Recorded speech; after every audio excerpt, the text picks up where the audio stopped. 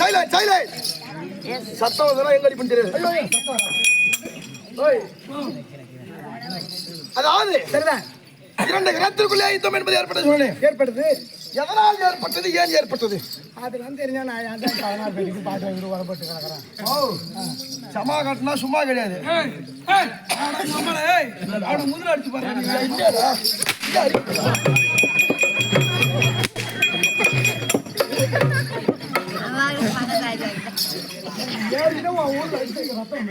அங்க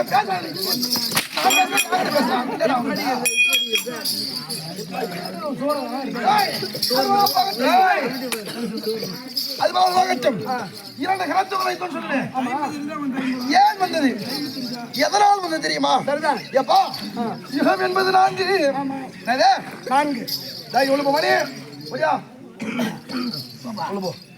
யுகம் என்பது 4. கலியுகம்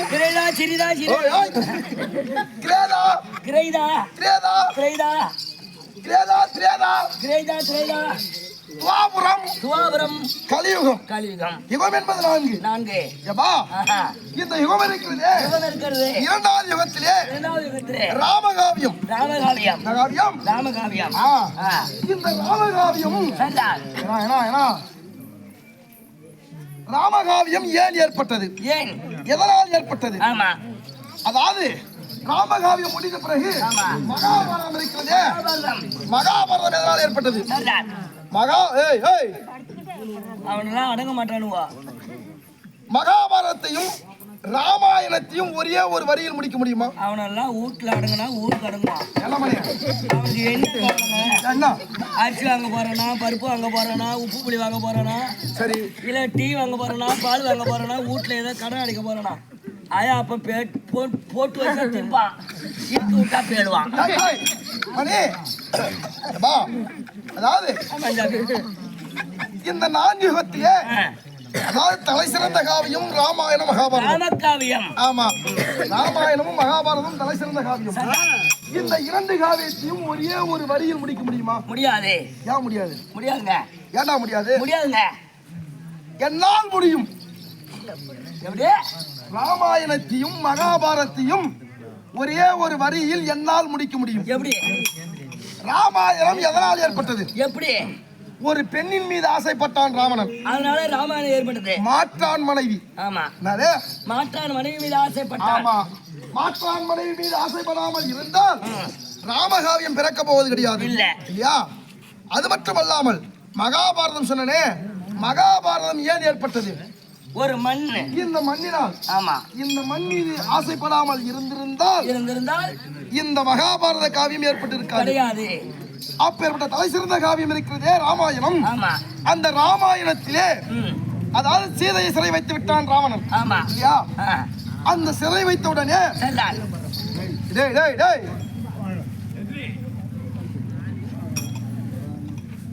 சிறை வைத்து விட்டான் ராவணன். சீதை பிராட்டியை சிறை வைத்த உடனே ராமனுக்கு கோபம் வந்து விட்டது. எதடா தன் மனைவி என்று பாராமல் சிறை வைத்து விட்டானே, இவனை விடக்கூடாது அப்படி என்று அதாவது தூதுவன் அப்படின்னு சொல்லி அனுமனை கொண்டு தென்னிலங்கை சென்று ராவணன் மீது போர் தொடுத்தாராம் ராமர். அப்ப போர் தொடுக்கும் போது அதாவது வில் இருக்கிறதே, அந்த வில்லை எந்த கரத்தால் பிடிப்பார்? இடது கையால் பிடிப்பார். பானம் என்று சொல்ல முடியாத அம்பு இருக்கிறதே, அந்த அம்பை எந்த கையால பிடிப்பாங்க? வலது கையால் பிடிப்பார். அதை மீட்டும் போது அதாவது நாணியில் அம்பை வைத்து மீட்டும் போது எப்படி வருகின்றது? இந்த வலது கரமாகப்பட்டது பின்னே வரும், இடது கரமாகப்பட்டது முன்னே போகும். அப்ப இந்த இடது கரம் பார்த்து வலது கரத்தை பார்த்து கேட்கிறது. அது அறிவில்லாத வலது கரமே, அறிவில்லாத வலது கரமே இது நாள் வரைக்கும் அறுசுவை பதார்த்தத்தோடு சாப்பிட்டு, ஆமா இது வரைக்கும் அறுசுவை பதார்த்தத்தை உண்டாய் இன்று போர் என்று வந்தவுடனே சண்டை வந்தவுடனே பின்னோக்கி போறியது நியாயமா? கையை பின்னாடி கொண்டுட்டு போறியே, பின்னோக்கி போறியது நியாயமா அப்படின்னு கேட்டது. அப்போ திடீர்னு இந்த வலது கரத்திற்கு கோபம் விட்டது. சொன்னது ஆனா அறிவில்லா இடது கரமே, அறிவில்லாத கரமே. ராவணனுக்கு இருப்பது எத்தனை சிரம்? 10 சிரம். 10 சிரம் 20 கரம். அப்பேற்பட்ட வல்லமை படைத்தவன் ராவணன். அந்த ராவணனை ஒவ்வொரு சிரமாக இருப்பதா, ஒரே தடவையா இருப்பதா, ஒவ்வொரு சிரமாக இருப்பதா, அல்லது ஒரே முறை ஒரே பாலத்தால் இருப்பதா அப்படி என்று ராமர் காதிலே ராமர் செவிதனில் உரைக்க சென்று சென்று ராமருக்கு மறு அவதாரம் என்ன பகவான் அதாவது மகாவிஷ்ணு கிருஷ்ண மகாவிஷ்ணு மார்பில் தங்கும்படியான லட்சுமி மகாலட்சுமி அப்படி மகாலட்சுமி சபை முன்பாக வந்து சபையில் அமர்ந்திருக்கும்படியான மாதா பிதா குரு தேவன் சொல்லியான 4 வருடத்தாருக்கு என்னை பொட்டு வைத்து உருவாக்கிய விழுப்புரம் மாவட்டம் விழுப்புரம் வட்டம் கல்பனை நகரில் இருக்கும்படியான சுப்பிரமணிய நாடக பேராசான் அன்னுடைய வத்திற்கும் அதாவது இந்த ஊருக்கு வந்தே ஆகணும் அப்படி என்று 6 உயிர் தமையன் மணி அவருடைய வத்திற்கும் இந்நகரிலே இருக்கும்படியான நாட்டாமை தலைவர் வைஸ்வரன் இன்றைய விழா குழு தலைவர்கள் அனைவருடைய வத்திற்கும் உமக்கும் ஒன்றும் தெரியாத சின்னஞ்சிறு பிள்ளை சிறந்த வணக்கம் வணக்கம் சபைமுலாக வந்தனே நான் யார் எப்பேர் வட்டவன் ஏன் நான் என்ன மாவட்டம் விழுப்புரம் மாவட்டம் விழுப்புரம் வட்டமா விழுப்புரம் மாவட்டம் ஒன்று சீக்கிரமட்டு புண்ணியத்தை வர முடியாது ஆசிரியர் பேராசிரியர் அவர் மகன் மணிபாலன் ஆசிரியர் அது அதாவது அதெல்லாம் பகலிலே இருக்க முடியாத வேடம் இந்த ஜான் அங்கத்திற்காக தாங்கி வந்திருக்கின்றனே இந்த வேடம் இது வேஷம் இல்லைங்க எங்க ஊர் ஐநாச்சாமி சேலை இப்படித்தான் அதாவது ஆயத்த கலை 64 கலையிலே அழியாத கலை தெருக்கூத்து கலை அப்பேற்பட்ட தெருக்கூத்து கலையை ஏற்கனவே அவங்க அதாவது திசை என்பது 4 அவர் தேசங்கள் தோறும் பாஷைகள் வேறு அவங்க பக்கத்துக்கு எப்படியோ அந்த மாதிரி கூத்தாடிடணும் இல்லையா ஆனால் அப்படி இருந்தாலும் நான் யாரு என் தந்தை யாரு என்னடா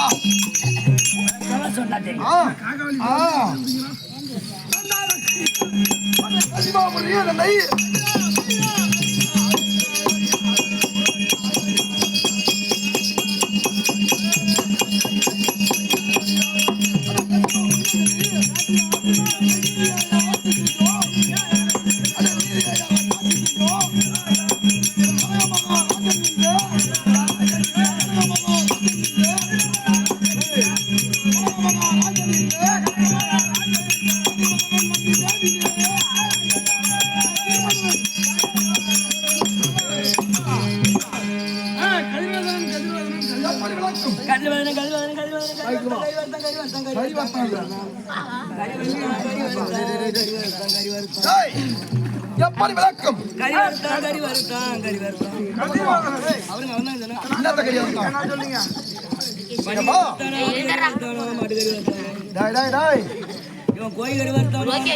காசிமாபுரி நகரம் இருக்கிறது. ஆமா, இதற்கு கனகமாபுரி என்று சொல்லும்படியான காசிமா நகரம் இல்லது காசிமா நகரம் என்று சொல்லும்படியான கனகமாபுரி அப்படி சொல்லும்படியான இந்நகரம் இருக்கிறது. இந்த நகரத்திலே நீதி நேர்மை தவறாமல் ஆட்சி செய்யும்படியான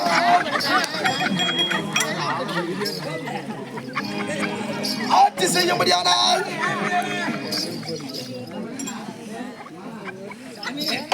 ஆட்சி செய்யும்படியானால் எனது தந்தை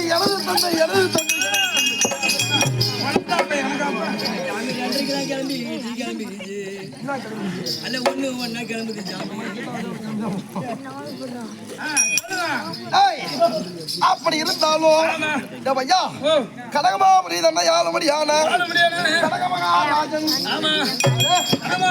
கனகமகாராஜன் எனது தந்தை எனது அப்பா இருக்கிறாரு கனகமகாராஜன். எனது நாடு வருத்தம் நகரம் வருத்தம்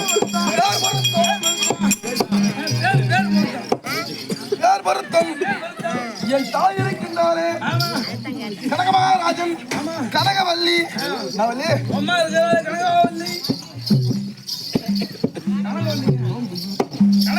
கனகவல்லி என் சிற்றன்னை என்று சொல்ல முடியாது.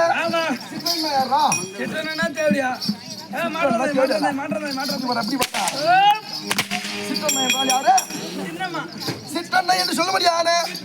எனது அன்னை உங்க அம்மா. ஆமா, என் சிறிய அன்னை என்று சொல்ல முடியாது. சிற்றன்னை சிற்றன்னை வெளியே மங்களவல்லி மங்களவல்லி அப்படின்னு சொல்லும்படியான தாய் இருவரும் சேர்ந்து யாரோ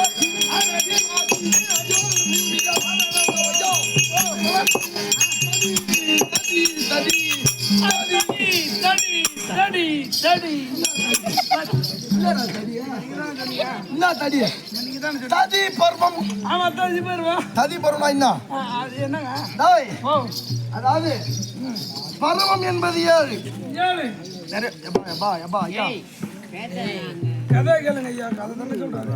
பருவம் என்பது 7. நிறைய பேர் சொல்லுவாங்க 4 பருவம் அப்படின்னு. அந்த பருவம் ஆண்களுக்கு 7 பருவம். என்ன பருவம்? முதல்ல மழலை பருவம். ஆமா, மதலைன்னா என்ன? குழந்தை பருவம். கை குழந்தை இருக்கு பத்தியா? அதற்கு பெயர் மழலை. மழலை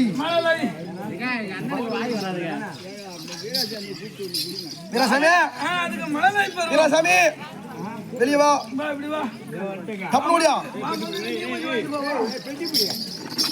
மழலை பருவம் என்றால் என்ன? இந்த கோல் ஊடின்னு போவாங்களா? அதானங்க உனக்கும் தூக்கம் கலையாது பழகுது. நான் என்ன பண்றது? அப்புறம் நம்ம வந்தது பூரா மெண்டல் ஆகுது. மழலை பருவம். மயில பருவம். மழலை பருவம். இந்த மழலை பருவம் இருக்கிறதே 1 முதல் 8 வயது வரை மழலை பருவம். அதான் சொல்லிடுறாங்க, வாழ்க்கை 8 தான் பிடிச்சி. அதாங்க 1848. 1848 அப்படின்னா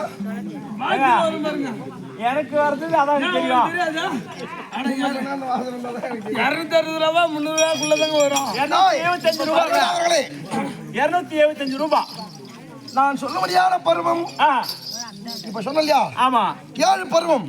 இந்த 7 பருவங்களிலே அதாவது முதல்ல மழலை பருவம், மழலை பருவம், கடைசி பருவம் முதுமகன். முதுமகன். முதுமகன் என்ன இருக்குங்க? முட்டி போட்டுன்னு போவாங்களே. அறிவில்லாதவனே, முதுமகன் என்றால் அவர்தான் முதுமகன். ஆமா, மழலை பருவம் என்று சொன்னால் சின்ன பையன், சின்னஞ்சிறு பிள்ளை. இவன் மழலை பருவம். இளஞ்சிங்கை பருவம். அதாவது அதான் சொல்லுவாங்க விடலை பருவம். நான் பருவம் விடலை பருவம். விடலை பருவம்.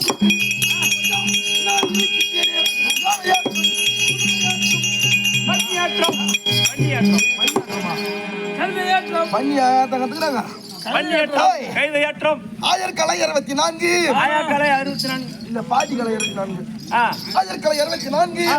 இந்த ஆயர்கலை 24 அதாவது 32 ஆயுத பயிற்சிகள்.